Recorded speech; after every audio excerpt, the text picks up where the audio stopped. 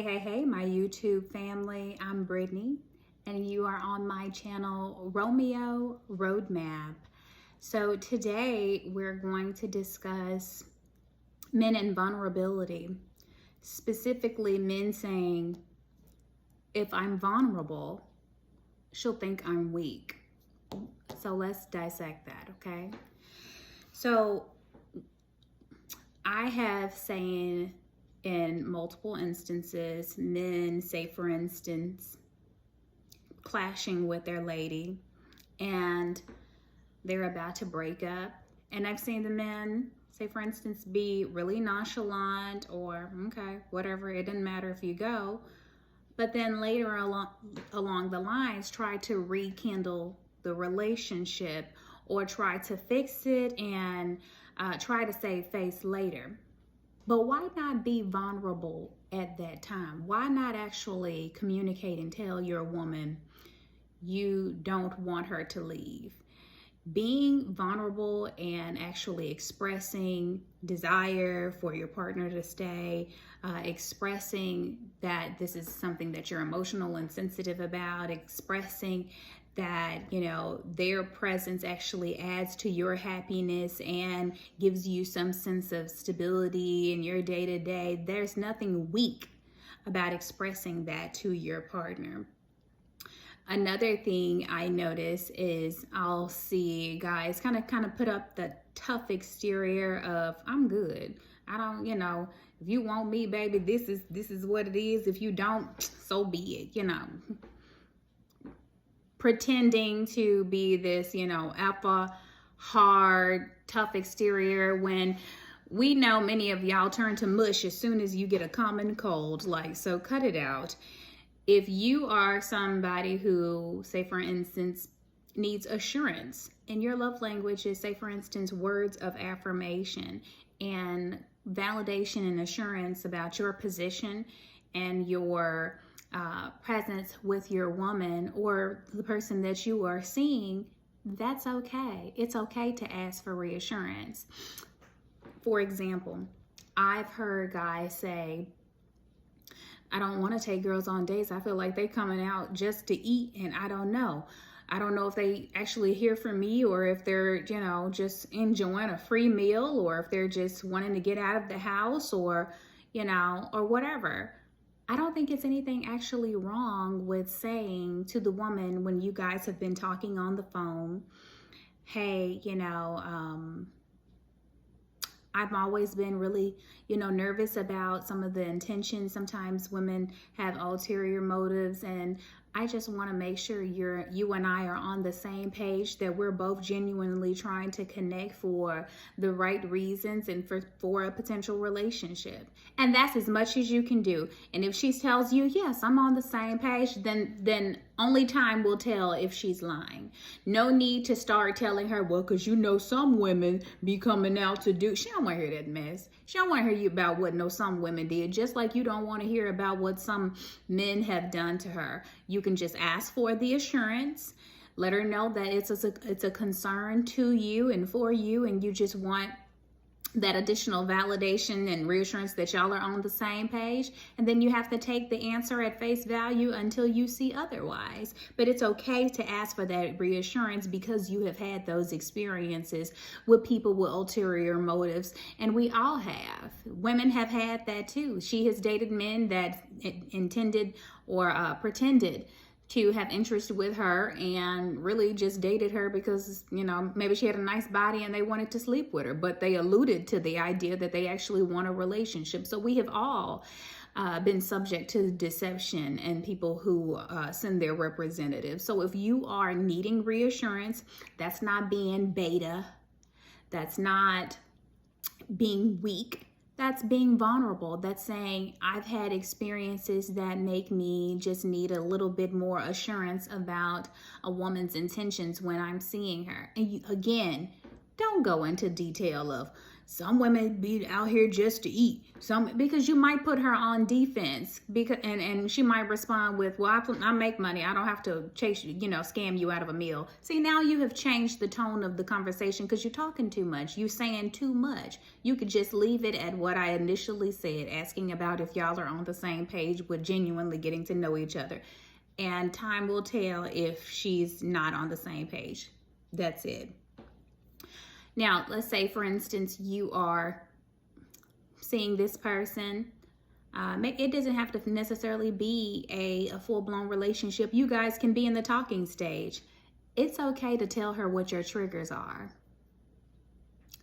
For instance, if you have experience with women who every other week has a new male friend, and that's something that makes you uncomfortable, but you don't want to get perceived as a dude that's jealous or insecure, I don't see anything wrong with you telling her that, hey, I'm not trying to tell you what to do. I'm not trying to, set a tone, but I can only communicate to you what my comfort level is. Women who have constant new male friends, that tends to make me uncomfortable. However, I'm not telling you not to. I'm just communicating to you that if that's something that I continue to see happening, then for sake of my own self-care and my own comfort level, I would have to just remove myself from this and just have to, have enjoyed meeting you and the time that we spent, but it would no longer be a space that I would be comfortable with. And see, in doing that, you have told her and expressed your feelings. You haven't tried to tell her what to do. You haven't accused her. You have just said that that is your comfort level and the extent of your comfort level, and that you would prioritize your own feelings and remove yourself if that's something, say, for instance, she was doing and you continue to see. That there's a way to convey things without sounding like a dictator, like you are insecure. And you might have a woman that still say, well, oh, that's jealousy and that's insecure or whatever. But that is a flag. And that takes me to the next point that I want to make. Pay attention to how your partner responds. We often try to vet our partners.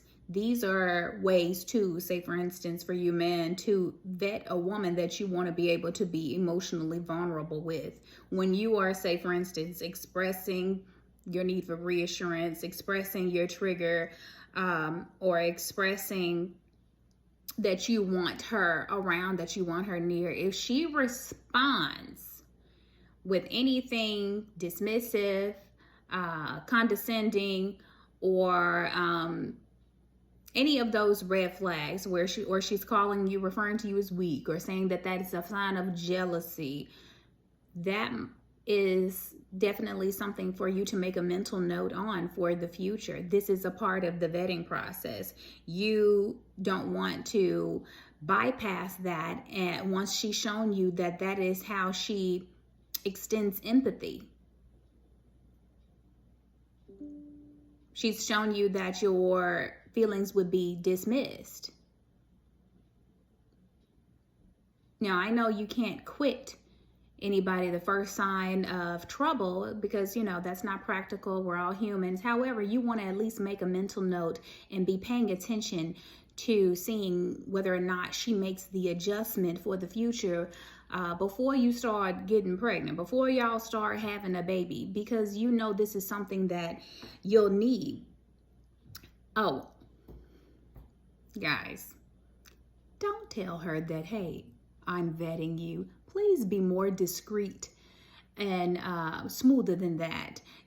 Silently observe. Don't actually alert the woman and say, okay, you're being vetted right now. So because you, again, are changing the tone. Now she feels like she's under a microscope and this is a quiz. And you might not get the most genuine response if you tell somebody that they're being screened and interviewed. Silently observe. Also make an observation of how she's responding. Can you deal with that for the next 5-10 years? If however she's acting right now, would this be good enough for you 5-10 years from now? If the answer is no, monitor your movement. communicate with her that that's a change that you'll need. And then also later on, again, part of the vetting process, maybe even potentially create another scenario where you have the potential to expose some type of vulnerability and see how she responds. Did she make the adjustment? Did she make some type of improvement? Or did she do the same thing as she did the first time that you exposed your feelings to her? If it's a second time around, I think it's time to go ahead and make a decision. This might be a pattern. This is time to, the flag has gone from red to bright red. Okay? So we want to be able to bear all in with our partners. Men in particular, men have feelings. The only difference is us women, we're a lot more vocal about our feelings. We're a lot more emotional outwardly, but societal conditioning from the time y'all are a child tells you, suck it up, shut up. Be quiet, you a man. And what we have is a lot of men that have suppressed anger, suppressed sadness, suppressed fears, and suppressing their emotions about how they feel vulnerable, how they feel in their everyday life. Can't come home and necessarily say what they're up against in day to day without having to feel like, okay, well, I'm the man, I have to tough it out and be weak. No, you're a human being, you're a person. And you want the person that you're coming home to or dating to be your safe place and not have to wonder if she will think you are weak when you are being vulnerable.